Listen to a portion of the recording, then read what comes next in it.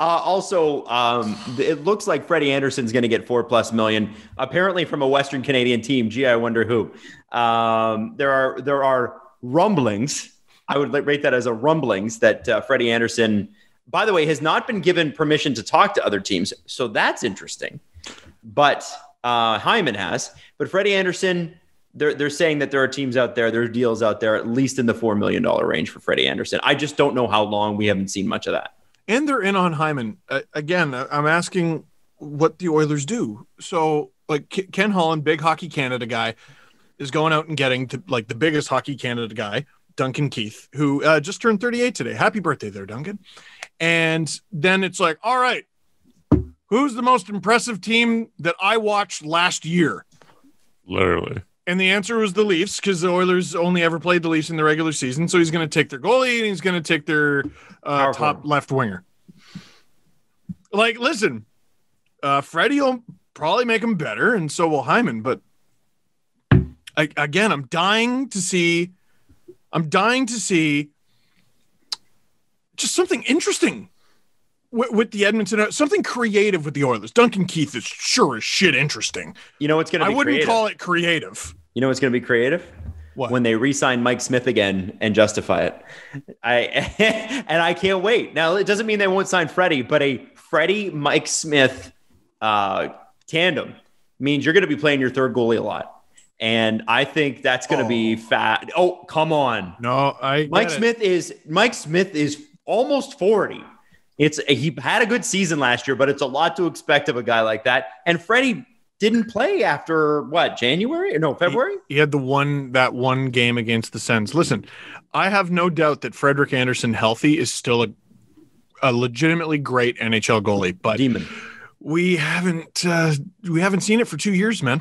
Mm-hmm. Now, the Leafs have interest in Darcy Kuemper. Yeah. This is from Frank Saravalli, so good interest. Source. It's good source, but no, it's not on the chart. Well, what he said was not on the chart. Darcy Kuemper has emerged as a primary target for Toronto Maple Leafs and Colorado Avalanche. Both teams have made contact and have had conversation with their pending free agents, Andersen and Grubauer. But trade talks have been ongoing with Arizona and the Avs and Leafs. Sorry, if the Avs and Leafs consider the goaltending market at large, the Seattle Kraken are also believed to have interest if he's available. He's 31. He's got 1 year left at $4.5 million. Although the real cash, this is the interesting part, is 5.5. So it'd be very few teams that would want to take that on. And someone get me a fainting couch. He has told Arizona that he's not signing there again. So, and Arizona's internal cap is rumored to be about $65 million next year, which means he's got to get traded. Oh, and their problem is they got to protect Aiden Hill. Yes, so they got to do something with Kuemper because they got to throw the protection on Aiden.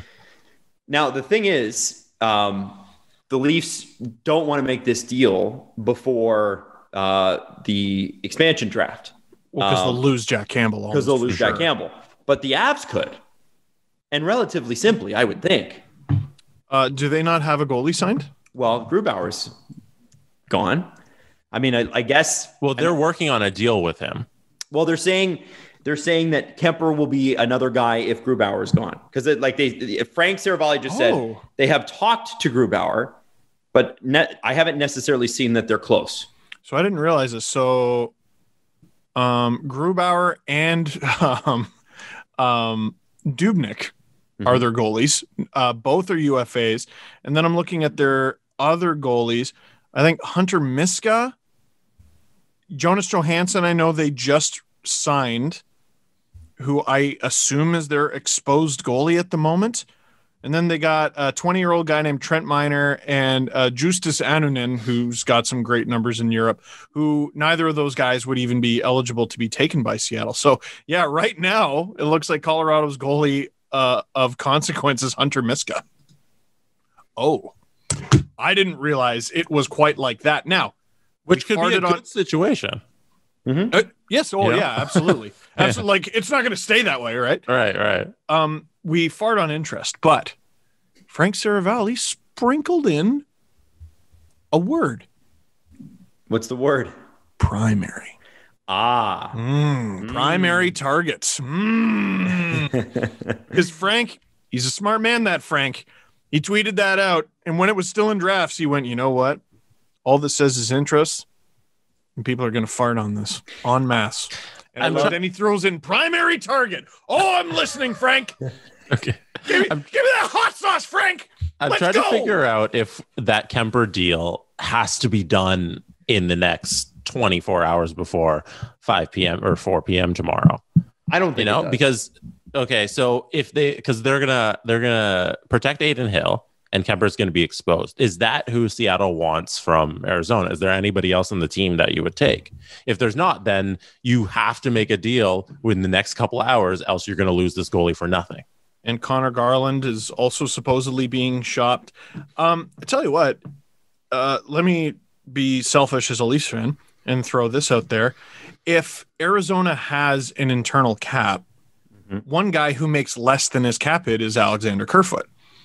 And you're going to want an abundance of guys like that who actually make less than their cap hit, but there's not exactly a million of them available. So I wonder. Man, they should have gone out and got Duncan Keith. But the Leafs can't make that move and then leave Campbell exposed. Right.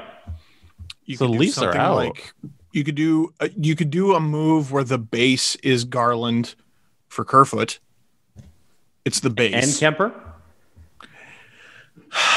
No, Kuemper wouldn't be involved. You could do a handshake deal where you wait. Mm-hmm. You could do something like that. I don't know. I'm just. He's cooking. Spitballing. You know what's interesting at the end of Sir Volley's point on this particular on Daily Faceoff, which by the way is his new network. He said other goaltenders potentially on the Maple Leafs list, and literally he named all of them. So here we got and potentially boo. I don't mind. Primary is a better P word than potentially. For pending UFAs, Linus Ullmark, Peter Mrazek, Chris Strider, Yaroslav Halak, and potential trade targets Jonas Carpusalo or Marc-Andre Fleury.